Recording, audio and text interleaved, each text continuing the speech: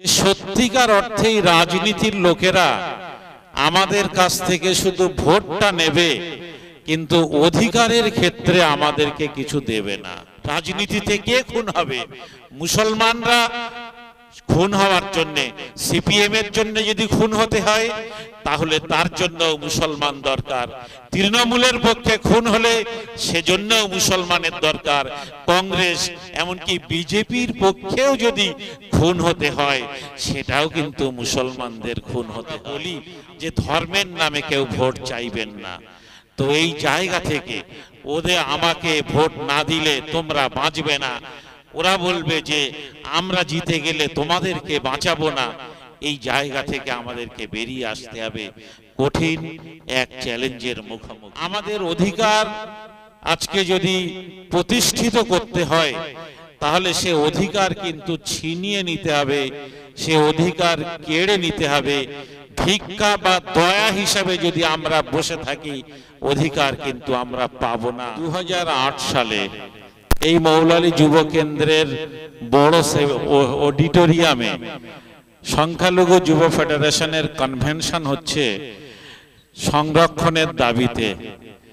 প্রধান বক্তা হিসেবে প্রাক্তন মুখ্যমন্ত্রী সিদ্ধার্থ শঙ্কর রায় উঠেই প্রথমে আক্ষেপের সঙ্গে বললেন যে তোমরা রাজনীতির লোকেদের কাছে কিছু চেয়েও না, এই রাজনীতির লোকেরা তোমাদের কিছু দেবে না।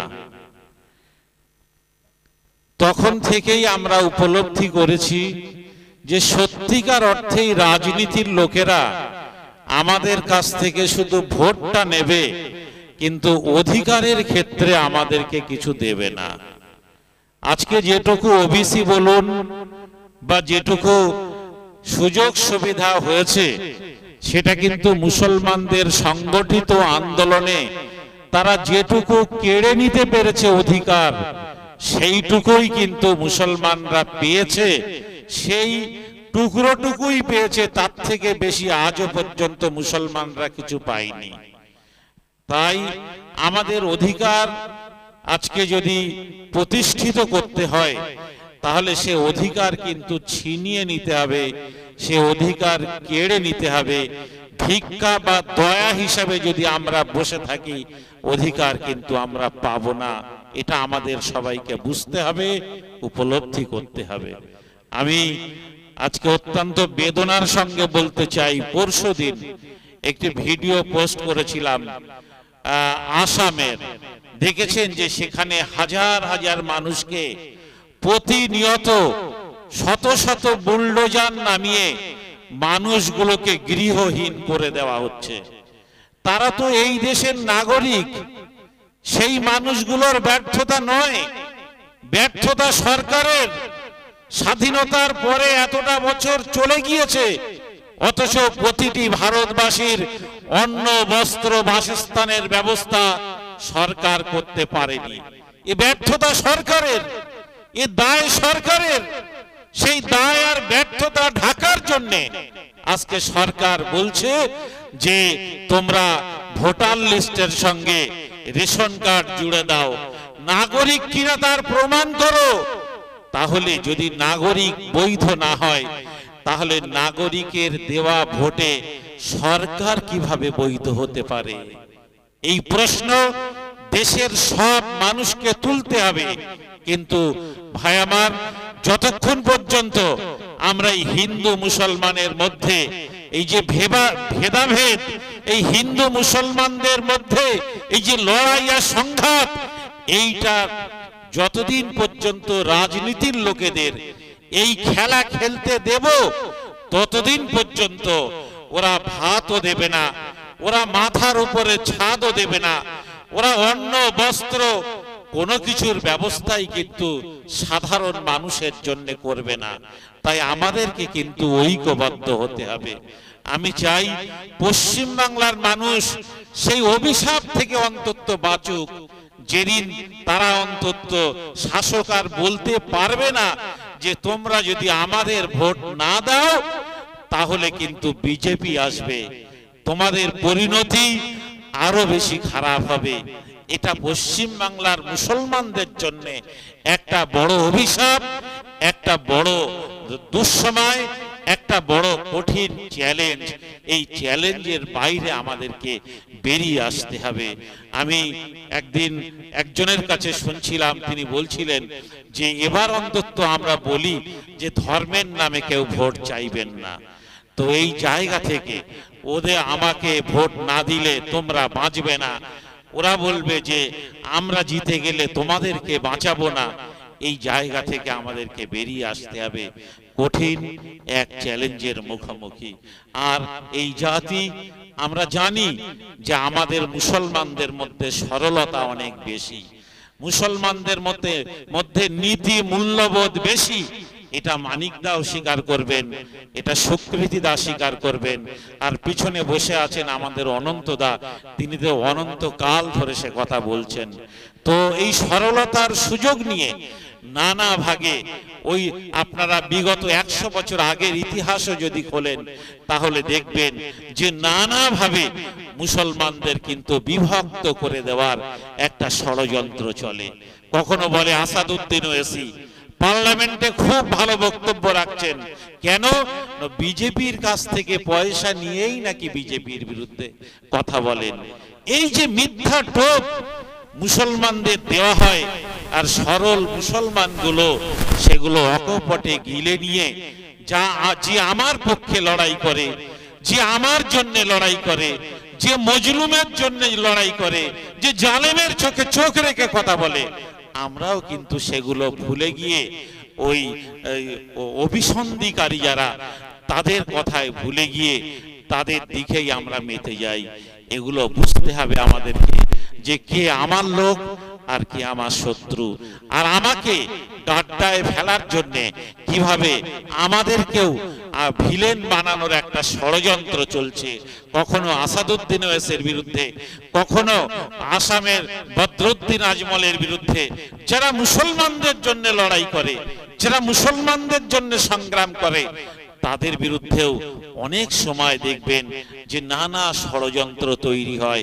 এই রাজনৈতিক ষড়যন্ত্র, এটা সাবির ভাই বা কেউ একজন বলেছিলেন যে দেখবেন রাজনীতির পাটিগণিতে যেমন সবসময় 2 আর 2 4 হয়, কিন্তু পলিটিক্যাল অঙ্কে কখনো 2 আর 2 4 হবে না। হয় 2 আর 2 3 হবে বা 2 আর 2 5 হবে। এটা অত সরল গণিতে কিন্তু নেই, কখনো 2 আর 2 4 হবে না। আমরা মুসলমান, আমরা যারা নিরীহ, আমরা যারা রুজি রুটির জন্য লড়াই করি, আমরা যারা ডকুমেন্ট আর পেপার জোগাড় করতেই ব্যস্ত, আমরা যারা নাগরিক হব, থাকবো কি থাকবো না এই নিয়ে যারা আমরা ব্যতিব্যস্ত, আমরা কিন্তু তলিয়ে দেখি না যে এটা রাজনীতির অঙ্ক না এটা সরল পাটিগণিতের অঙ্ক। এটা বুঝতে পারি না বলেই আমাদের লোকেদেরকেই, আমাদের বিরুদ্ধেই কিন্তু, মুসলিম নেতৃত্বের বিরুদ্ধেই কিন্তু সাধারণ মুসলমানদের লেলিয়ে দেওয়া হয়। রাজনীতিতে কে খুন হবে? মুসলমানরা খুন হওয়ার জন্য, সিপিএম এর জন্য যদি খুন হতে হয় তাহলে তার জন্য মুসলমান দরকার। তৃণমূলের পক্ষে খুন হলে সেজন্য মুসলমানের দরকার। কংগ্রেস এমনকি বিজেপির পক্ষেও যদি খুন হতে হয় সেটাও কিন্তু মুসলমানদের খুন হতে হয়।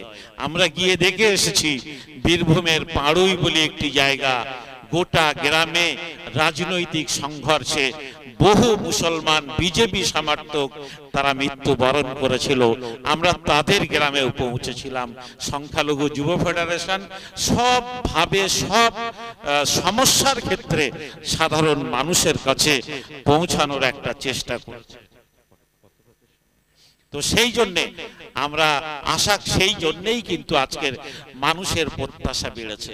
আমরা দেখলাম, আমরা সংখ্যালঘু যুব ফেডারেশন পাশে দাঁড়িয়ে যখন ব্রিগেড সমাবেশের ডাক দিল অল ইন্ডিয়া মুসলিম পার্সোনাল ল বোর্ড, 26শে এপ্রিল ব্রিগেড সমাবেশ হবে বলে ডাক দিলেন 10 তারিখে, দেখলাম 18 তারিখে গিয়ে দেখলাম যে গোটা বাংলার মানুষ লব্বাইক বলে দিয়েছে ব্রিগেডে আসার জন্য।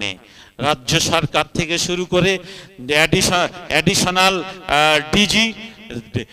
ডিজি ল অ্যান্ড অর্ডার সবাই ফোন করছেন যে এই ব্রিগেড তো ঐতিহাসিক ব্রিগেড হবে, গোটা কলকাতা নয় বাংলা স্তব্ধ হয়ে যাবে, গোটা বাংলার কোটি কোটি মুসলমান তারা ব্রিগেডে আসার জন্য তারা তৈরি হয়েছেন। এ তো এইরকম সারা কখনো দেখা যায়নি। সবাই ঝাঁপিয়ে পড়লেন। একের পর এক মুসলমান নেতৃত্ব যারা, তারা বলছেন না, ব্রিগেড করা ঠিক হবে না, ব্রিগেড করা যাবে না। দায়িত্বশীল মানুষ তারাও বলছেন দিল্লিতে গিয়ে আন্দোলন করো। হাত ধুয়ে উঠে পড়েছি, আর আন্দোলনে নামবো না। দেখা গেল যে অনেক রকম ষড়যন্ত্র হলো। তারপরে কোনো কারণ ছাড়াই জানিয়ে দিলেন আর্মি হেডকোয়ার্টার থেকে যে আমরা পারমিশন দেব না। সোমবারের দিন বলা হলো পারমিশন দেওয়া হবে না। আমরা মঙ্গলবারের দিন যেদিন চিঠি পেলাম, গভীর রাত পর্যন্ত অল ইন্ডিয়া মুসলিম পার্সোনাল ল বোর্ডের সর্বভারতীয় নেতৃত্ব তাদের সঙ্গে ভার্চুয়াল মিটিং করেছি। রাত 11:15টার সময় অনুমোদন মিলেছে কলকাতা হাইকোর্টে মামলা দায়ের করার জন্যে। মঙ্গলবার সকাল 10:30টার মধ্যে কলকাতা হাইকোর্টে গিয়ে সেখানে মামলা দায়ের করা হয়েছে 35 নম্বর বেঞ্চে, এবং সেখানে হাইকোর্ট বললেন যে বুধবারে মামলার শুনানি হবে। বুধবারে মামলার শুনানি হয়নি, বৃহস্পতিবারে মামলার শুনানি হয়েছে। 45 মিনিট ধরে শুনানি হয়েছে। তারপরে আপনারা জানেন পুলওয়ামা কাণ্ড ঘটে গিয়েছে। গোটা দেশে একটা ভাবগম্ভীর অবস্থা। আর্মিরা বললেন যে ব্রিগেডে আমরা আর্মি ট্রেনিং এর কাজ চালিয়ে যাচ্ছি। সেই জন্যে হাইকোর্ট বললেন এই পরিস্থিতিতে আপনারা একটু দেরি করুন। কিন্তু তারপরেও একাধিক প্রচেষ্টা হয়েছে, ষড়যন্ত্রও চলছে, এবং হকের জন্য সত্যের জন্য লড়াই করলে ষড়যন্ত্র চলবে, ষড়যন্ত্র হবে, এবং তার মানসিকভাবে মোকাবেলা করার জন্যও কিন্তু আমরা তৈরি থাকি, প্রস্তুত আছি। কিন্তু এটা অনেকেই বলেছেন অন্যায়ের সঙ্গে আমরা কোনোদিন আপোষ করিনি, আগামী দিনেও ইনশাআল্লাহ কোনোভাবে কোনো অন্যায়ের কাছে আমরা মাথা নত করব না, আর কোনো অন্যায়ের কাছে আমরা আপোষ করব না। সে যে দল হোক আর যে ব্যক্তি হোক না কেন, অন্যায়ের বিরুদ্ধে সংখ্যালঘু যুব ফেডারেশনের কর্মীরা সর্বত্র লড়াই চালিয়ে যাবে। আজকের 22তম প্রতিষ্ঠা দিবস, 21টা বছর পেরিয়ে এসেছি। আমি যুব ফেডারেশনের প্রতিষ্ঠাতা, কিন্তু আজকের আর যুবক নেই। আমি আগামী 31শে ডিসেম্বর পর্যন্ত সংখ্যালঘু যুব ফেডারেশনের দায়িত্বে থাকব। সেটা আজকে আনুষ্ঠানিকভাবে আমি সব আপনাদের সকলের সামনে আমি বলে দিলাম। তারপরে আপনারা দায়িত্ব পালন করুন। পাশে থাকবো না, সামনে থেকে লড়াই করব, কিন্তু নতুন নেতৃত্বকে তুলে আনতে হবে। এটা আমার একটা দৃঢ় প্রচেষ্টা। মাদ্রাসার ছাত্র ইউনিয়ন করেছি, সর্বত্র সংগঠনের কর্মী তৈরি করেছি। তারা আজকে শুধু শিক্ষক নয়, যারা আমাদের সঙ্গ দিয়েছিল তারা বিভিন্ন স্কুল মাদ্রাসার প্রধান শিক্ষকের দায়িত্ব পালন করে। আজকের আমরা যাদেরকে নিয়ে, আপনাদের নিয়ে যাদের সংগঠন করছি, কোনো একটা জায়গায় কোনো অঘটন ঘটলে আপনারা তার আমাদের আগে সেখানে পৌঁছে যান, মানুষের পাশে দাঁড়ান, এই কথা বলেন। একাধিক মানুষ লাইভ দিচ্ছেন, অন্যায়ের বিরুদ্ধে বক্তব্য রাখছেন। এটা আপনাদের এক যে বলিষ্ঠ চেষ্টা, এই বলিষ্ঠ চেষ্টার মধ্য দিয়ে এই লাঞ্ছিত বঞ্চিত জাতির পাশে আশা করি আপনারা থাকতে পারবেন। আমরাও থাকবো ইনশাআল্লাহ, আমরণ থাকবো। যতদিন বেঁচে থাকবো অন্যায়ের বিরুদ্ধে লড়াই করব। এটা আমার শুধু নৈতিক দায়িত্ব নয়, এটা ভারতবর্ষের একজন নাগরিক হিসেবে দায়িত্ব নয়। এই ভারতবর্ষের একজন নাগরিক হিসেবে যেমন দায়িত্ব, একজন মোমেন মুসলমান হিসেবেও কিন্তু অন্যায়ের বিরুদ্ধে লড়াই করা আমার দায়িত্ব। আমরা সবাই সেই দায়িত্ব সম্মিলিতভাবে পালন করব। আজকে যারা এসেছেন, অতিথিরা এসেছেন, সংগঠনের বিভিন্ন স্তরের কর্মীরা এসেছেন, সাংবাদিক বন্ধুরা এসেছেন, আমি সবাইকে ধন্যবাদ জানাচ্ছি।